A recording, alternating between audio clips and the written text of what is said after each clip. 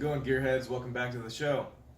Here we are looking at a newly modified Gen 2 Coyote, the heart and soul of this particular Mustang, my little track baby. And we just installed a ported GT350 intake manifold, 47-pound injectors, some billet crank sprockets, or sprocket, not plural, and oil pump gears from Boundary, and two tunes from Palm Beach Dyno, a 91 tune and an E85 tune, as well as a really cool Engage tuner. And all this work was done through Paramount Speed up in Chico, who I'm very thankful to have them as a build partner. And the end result is just amazing. This car has a lot of power, and it also has a slightly different tone in the exhaust. But the cool thing about all of this is that there's really no loss of drivability, which I was really impressed about that. I was kind of expecting to lose something here and there, because as you gain more high performance parts, you tend to lose a little bit here and there, right? But this was really, it kept a lot of the nice qualities of the drivability and road feel. The one thing I did notice immediately or shortly thereafter, is that the E85 acts differently in different climates. For example, when I got all this stuff done, it got really cold and started to rain for several weeks. And I typically like to, for example, on the weekends, fire the car up, get the car to temperature, make sure there's oil going through the passages, etc., etc. But what I found is that in the colder weather, that it was harder to start on the E85 tune. And I did some research into that, and it wasn't until after I did all this stuff that I found that the ethanol has a slightly different operating temperature parameter, if you will, compared to gasoline. Gasoline can remain active up to like negative 45 degrees, which if you think about that, that's really impressive. However, ethanol starts to act slightly differently around 50 degrees. So that's something that if you guys are thinking about, guys and gals, gaining some performance edge, if you live in a very cold climate, you might want to think about that. Now, the other thing is that after doing a ton of research on this, is that some users on the internet have had issues with oil degradation slash breakdown slash what they call white pudding. And what happens is that the water and fuel gets into the oil, and it creates this foaminess, this sludge, that of course is not good for your engine. Naturally, I got kind of worried. I've only run 3 tanks of E85 through this thing, but I pulled an oil sample, and other than it being a little dirty, there's no sludge, no milkiness, no haziness, nothing. So that's great. The car is due for an oil change. This happens to be Redline 5W50, and I will change the oil probably next weekend. I'm wrapping up the mod season, so there's several things that I want to do to get prepped for this oncoming track day season and autocross and etc., etc. So that's one of them. I will change that. Going back to this though, is that a lot of folks, their fix for, or how they address the E85 contamination in the oil is just simply change your oil more often. I'm not an expert in this field by any means. I'm just learning as I go, but what I do know is that there is tremendous bang for the buck. I love the outcome. I'm sure you all will too, and there are certain things that I need to be more aware of, which I will. So, long story short, it's amazing. A big shout out to Paramount Speed, Mike and Steve, and if you're on the fence, I would do it. I think it's worth every penny.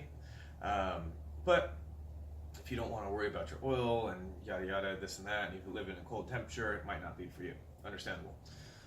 But thanks for joining us for another episode, and stay tuned for a very in-depth conversation with Steve from Paramount Speed, talking about all types of car nerd stuff. Thanks again, guys. Talk to you later.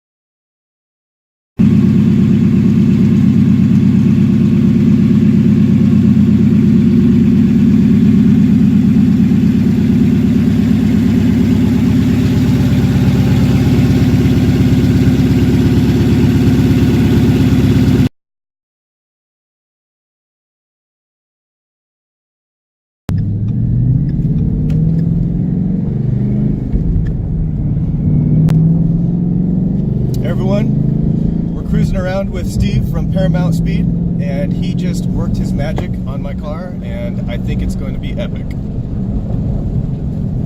So Steve, what did we do to the car? Well, you brought us your beautiful car. It had the Ford Performance Pack 2, which was a GT350 intake cold air and the throttle body with an adapter. And then you brought us a GT350 manifold from another customer of ours that we're all friends with, that I ported 4, 5, 6 months ago? Ported a while ago.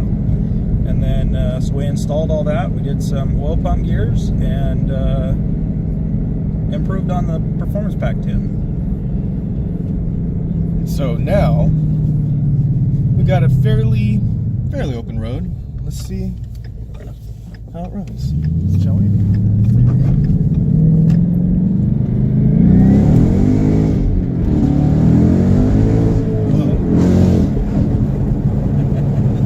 So that was fun. Second and third gear were not really getting any traction. That's wow. Wow.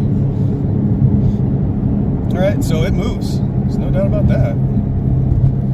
We got this really tricked out N-gauge tuner here on our left-hand side that's feeding me the exact RPM and stuff. And you know, it's not like the RPM gauge was bad or anything, but this is kind of cool, man.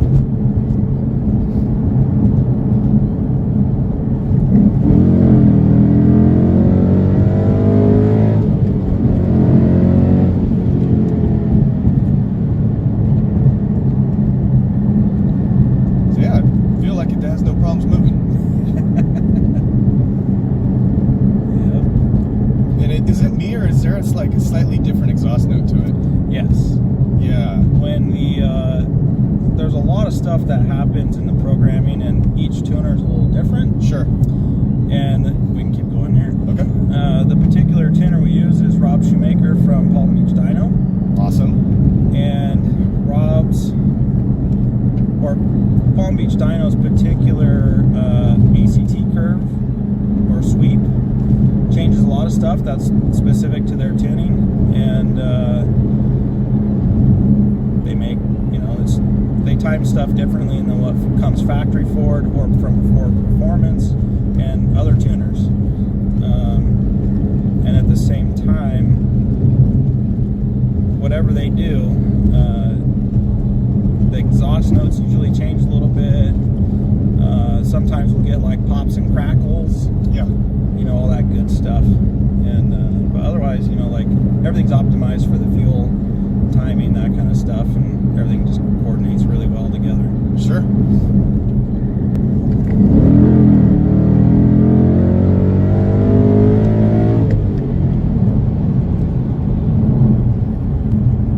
So I take it you're digging the E85. Yeah, no, this is great, man. I mean, this is great. For whatever reason, I should have expected to be a slightly different exhaust note, and I really dig it, man. It sounds good. It does. Yeah. But yeah, I mean, I really cannot wait to take this thing out on the track. I'm curious to see what how the exit speed and power and stuff like that you can maintain and pull. Absolutely. Oh, You'll recover. These are my street tires, and I got a set of RE71Rs, and they're generally like a lot stickier and stuff, and especially in the track months, if you will, it's usually super hot, and so all those like variables kind of factor into making your tires work more. And I think a lot of the part of what we experienced back there with the tires slipping and stuff, also had to do with like the gravel on the ground, and it's like 55 degrees outside right now. Yeah, absolutely. The ground temperature is probably actually less than ambient. Sure. And yeah, this thing has no problem going.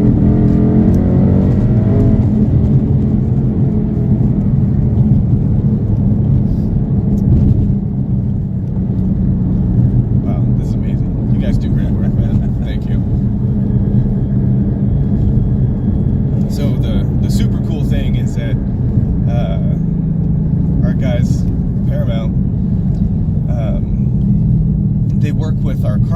as well as our good friends NorCal SVTOA, and they've turned some of those cars into absolute monsters too. I think Efren's coming up next weekend or something, right? Yep. Yeah. Efren, a couple other guys were making a trip up to get some more stuff done. Great. They all got the bugs with all the late model cars. Yeah.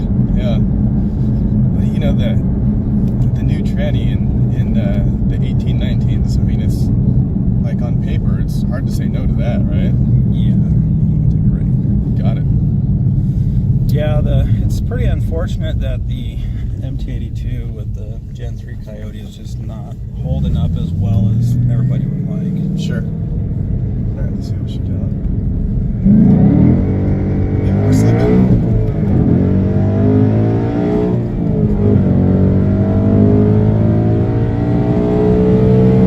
That's 100.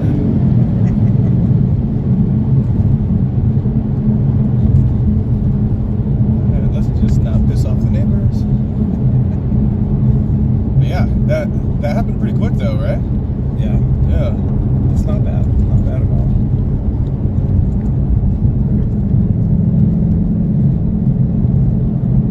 Job well done, man. Thank you so much. Definitely.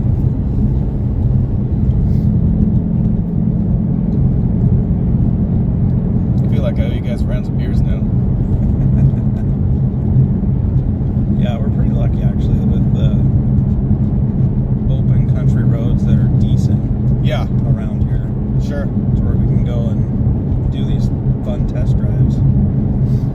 Yeah, and the one street back there was a little narrow and the Yeah. surface wasn't quite as good. I was like, 80, Yeah. that's fine. We're good here. Yeah, those are all, I believe, private for the most part. For sure. And they're primarily for just farm equipment. Yeah, there you go. Yeah. They're never really maintained or anything like that. Yeah. Yeah, man, I'm going to have a really fun ride home. I think this whole combination, I think, definitely optimized, a track course type deal. Sure. With the broad torque curve and all that, pretty much the entire RPM band. Yeah, you can feel it pull like It the just whole way. suits the whole, Yeah. exactly. And it's not weird where like some people where you put like a big turbo kit, it's like, Yeah, you just have this big broad power curve. Yeah. No, that's great. Yeah. And it's really interesting too because I kind of stayed in it a little longer than I usually do, and we were easily like 7,500 when we were doing our last pull there, and there was no like significant drop off or any odd like jerkiness. That was one of the big problems with the PP2. Like I had the Gen 1 tune, and it just was not working very well. So I had to like activate a bunch of guys on the forum and get a survey going and write these hate emails. And luckily, they hooked it up with a beta tune. Oh, that's good. Yeah. But at first, they were like, "Who the hell are you? Go away," type of thing. Yeah, it's unfortunate, but sometimes you reach through to the right person, you get taken care of for the most part. Sure. Yeah, I had to ask real nicely and, do this whole survey thing and send them links to the poll that I created on the forums and all that. I mean, it took some work, Yeah.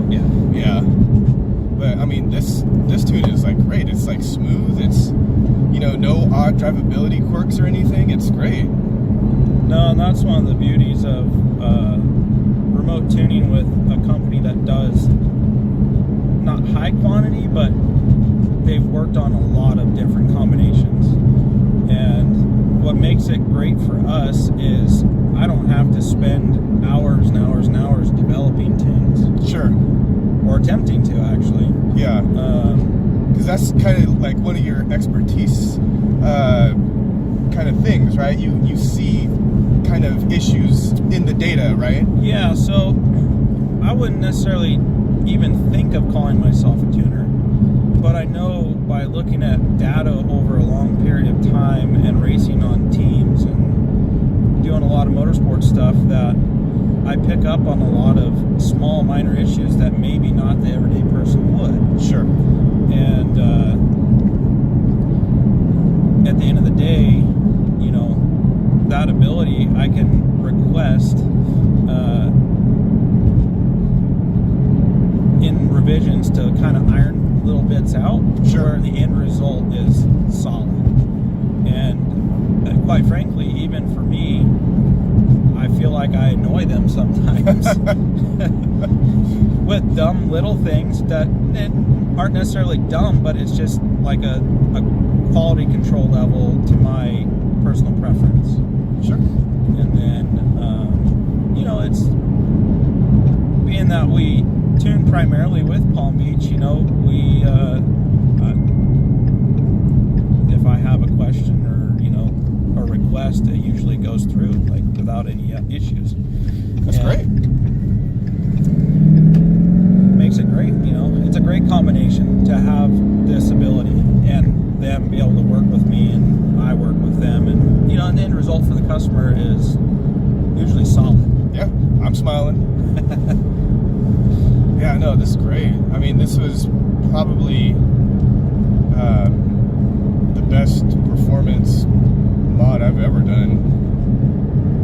You know, in all the history of the cars that I've owned and stuff like that. Yeah. I've never gone hardcore though. I've never like done the whole Whipple thing or anything like that. You know what I mean? Yeah. Yeah. Even then, you know, the GT350 manifold itself is a solid piece. The new wave of all the 18 stuff has been really cost effective. Sure. And in general, I mean, with the molds of how these manifolds get put together, there's always room for improvement. Sure. And the port job that we did on this particular manifold just basically, you know, helps smooth out the airflow in the runners. That's all it really, you know, that's all they ever do. Right. And with an NA car, you know, a little bit here, a little bit there, you know, the power adds up little bits. Right. So it, yeah, and having IMRC still active too, it helps in the torque curve. Okay.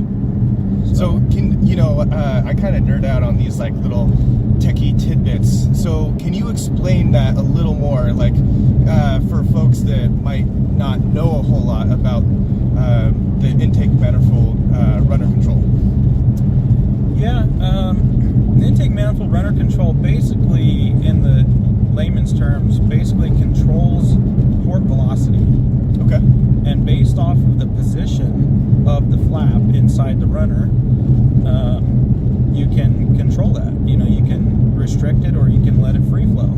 Sure. And in the original design of it was basically for emissions, because the port velocity is going to make or break the combustion efficiency. Okay. And in the programming side of things in the aftermarket, a lot of times we lock them out, or we just run them wide open throughout the full entire RPM band. Okay. The GT350 manifold being equipped with them, it was kind of one of the lacking points of the Boss originally. Really? These are pretty brutal tracks too. But the Boss, basically, there's a lot of people complained about the Boss because the torque loss. Okay. And you traded that off for the high RPM volume. Got it. The length of the runner and such, that kind of stuff. Where the GT350 manifold, you kind of get the volume, but you get the runner length, but the IMRCs, you still, the combination of everything, you still get, you can control the port velocity going into the cylinder head, and you don't lose the torque like you would with just a high ram like a Boss. Got it. And like I said, originally it's primarily for emissions. There's no real, in the manifold design itself of the GT350, there's no real loss of torque, but the manifold itself has enough volume that you still gain all the, you don't run out of power at the high end. Gotcha. So it's interesting stuff. Absolutely.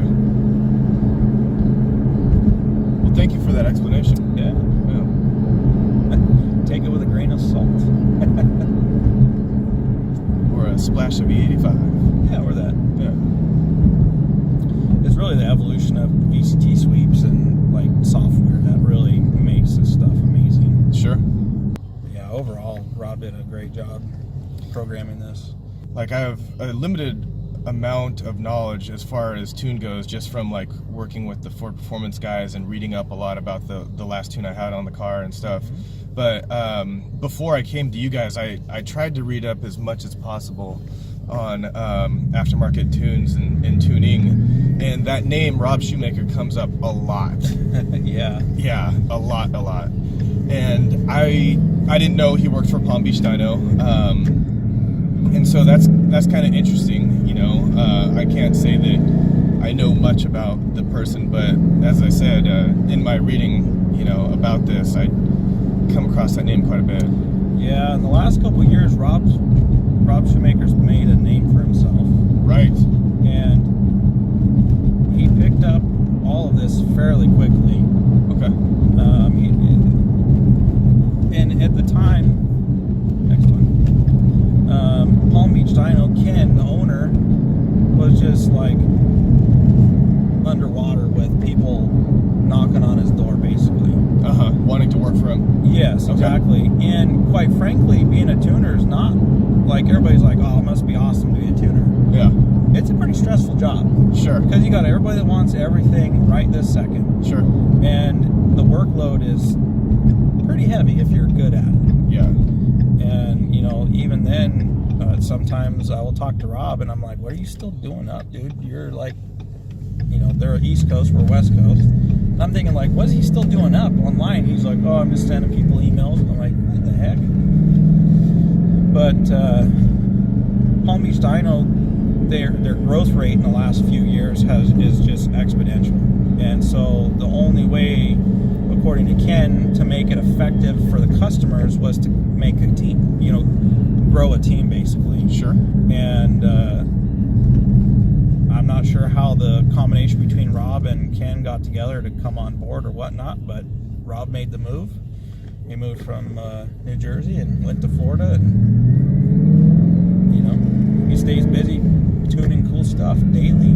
Yeah. So that whole process that you mentioned about being a tuner or working for a tuning shop on that level is exactly like how it is being a designer, man. Oh, I bet. Yeah, it's just like, we want it all, we want it for cheap, and we wanted it yesterday. Yeah. What the fuck, you know? I'm like, ugh. Yeah, and even then, like I said, I feel like I annoy him sometimes. Yeah. But I know I'm not the only one. You know, and it's one of those things that if you're good at it, it's going to come easy. Yeah, sure. If you struggle with it, it's probably going to be a little bit of a headache. Right. Next one. But Ken is really good at what he does, and his platform of business and how he has everything set up is pretty dang efficient. That's great. And, you know, every tuner has their way of doing stuff, and there's not necessarily a right way or a wrong way if the end result comes out to the same. Right. But it's like I said, at the end of the day, if you're good at it, it's not going to be a struggle for you. It's just you have such a volume behind you that's kind of laying on your shoulders all the time that things get stressful for some of these guys. I can completely understand that. Again, Steve, thank you so much. Not just for what you did to the car, but all the knowledge. Definitely. You're the man. Thank you. Thank you.